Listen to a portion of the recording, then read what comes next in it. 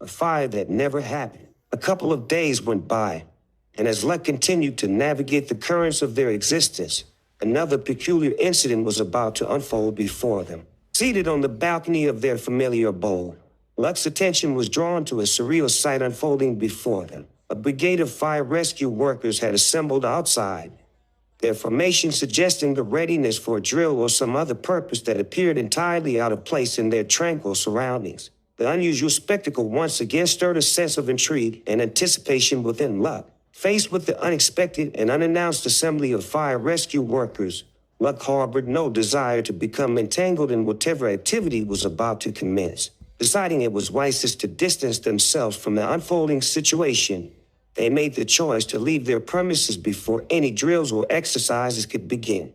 As Luck made their way out, they encountered some neighbors returning to the vicinity. A shared understanding passed between them, evident in their exchanged glances. One of the passing neighbors acknowledged Luck's departure with a grunt. "I think that is a good decision," to which Luck responded with a quiet smile. Continuing on their path, they greeted another neighbor on their right with a nod of recognition, a silent acknowledgement of the unusual events unfolding in their community.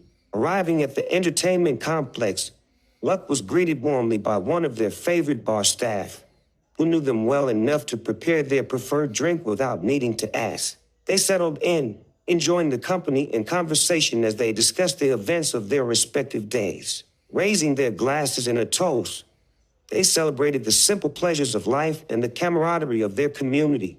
As Luck looked around the entertainment complex, they observed that they were not the only ones who had opted to steer clear of the mysterious and unannounced activities back at their abode. Several of their neighbors had also chosen to seek refuge in the familiar and comforting ambience of the complex, a silent testament to the collective sense of caution that permeated the community. After spending around an hour at the entertainment complex, Luck decided it was time to make their way back to their abode. To their relief, they found that the brigade of fire rescue workers had departed, leaving behind a more tranquil atmosphere. Resuming their routine, Luck returned home and chose to dedicate some time to work, embracing the ordinary tasks that brought structure to their life. In a moment of retrospection, we may have acknowledged our name as a fitting descriptor of the path we had chosen. The departure of not only those who had returned to their abode, but also those in the entertainment complex hinted at the wisdom of our decisions, reinforcing the notion that we had navigated their circumstances with a certain finesse and intuition. The journey to the island of elephants. With three bizarre occurrences unfolding in such a short span, Luck came to a decisive realization. It was time to bid farewell to their current abode, and they chose to embark on a journey to another destination they had visited previously, seeking a change of scenery and perhaps a respite from the peculiar events that had unsettled their life in recent days. Recognizing that the journey to their new destination was too extensive to undertake on foot, Luck decided to utilize their trusted VIP transportation service. They reached out to arrange the details, booking a specific time for their collection, ensuring a smooth and comfortable transition to their next destination. As Luck was collected on time by their VIP transportation service, they couldn't help but notice that their once familiar environment still felt unusually strange. The increase in security measures, particularly the presence of individuals who were not of local descent, added to the sense of unfamiliarity and raised questions about the recent experiences that had unfolded. As Luck attempted to strike up a conversation with their transporter about their day and surroundings, they received an unexpected response. The transporter expressed a desire to avoid speaking in their language, which was particularly strange given that they had previously encountered no issues with language skills when using this transportation service. As the transportation driver declared the need to make a stop at the next service station, Luck recognized it as an opportunity to grab some snacks and refreshments for their journey.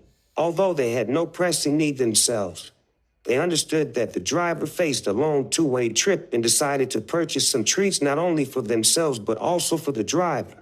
A small gesture to show appreciation for their service and to foster goodwill during the ride. Upon returning to the transportation with the presents in hand, Luck offered them to the driver, who received the gesture with an unexpected burst of joy, as though such kindness was a rare occurrence in their experience. The driver's elation brought a warm smile to Luck's face, a reminder of the simple but profound joy that can be found in performing acts of kindness. Luck couldn't help but notice a noticeable change in the driver's appearance and demeanor. What had once been a silent journey now seemed to be evolving into one of attempted engagement from the driver's side. They offered to play music, but Luck, content with the quiet introspection they had been enjoying since before, declined the offer. This shift in the driver's behavior added another layer of intrigue to the journey, leaving Luck to ponder the meaning of these subtle transformations. As the journey continued, with several more stops at service stations to accommodate the driver's need to avoid slipping too far ahead of the others, Luck and the driver eventually arrived at the coastline. Here, they were faced with the prospect of crossing the water to reach the island. Luck and the driver made use of the local transportation available, which included a vessel capable of carrying their vehicle. This arrangement would allow the driver to continue accompanying Luck to their final destination, ensuring a seamless and convenient continuation of their journey. During the brief wait at the coastline, Luck decided to stretch their legs and make a coffee purchase. Unfortunately, their anticipation for a warm beverage was met with disappointment as they received a cold cup of coffee. After successfully crossing to the next part of their journey, Luck found themselves on the last leg of their trip, a short ride on land to their final destination. During this part of the journey, the transporter's demeanor underwent another noticeable transformation. The roads on the island, unlike the highways, wound their way up and down the sides of mountains, featuring numerous hills and twists. To Luck's amusement, the driver seemed to revel in this part of the journey, riding with an infectious sense of glee and excitement as they navigated the challenging terrain, adding an unexpected element of joy to the final stretch of the trip. With the driver's exhilarating navigation, Luck arrived at their final destination swiftly. While they didn't mind the transporter's enjoyment of the winding roads, they found it utterly fascinating. After the baggage was unloaded, Luck promptly went inside to check the availability of their new abode, discovering that there was indeed space.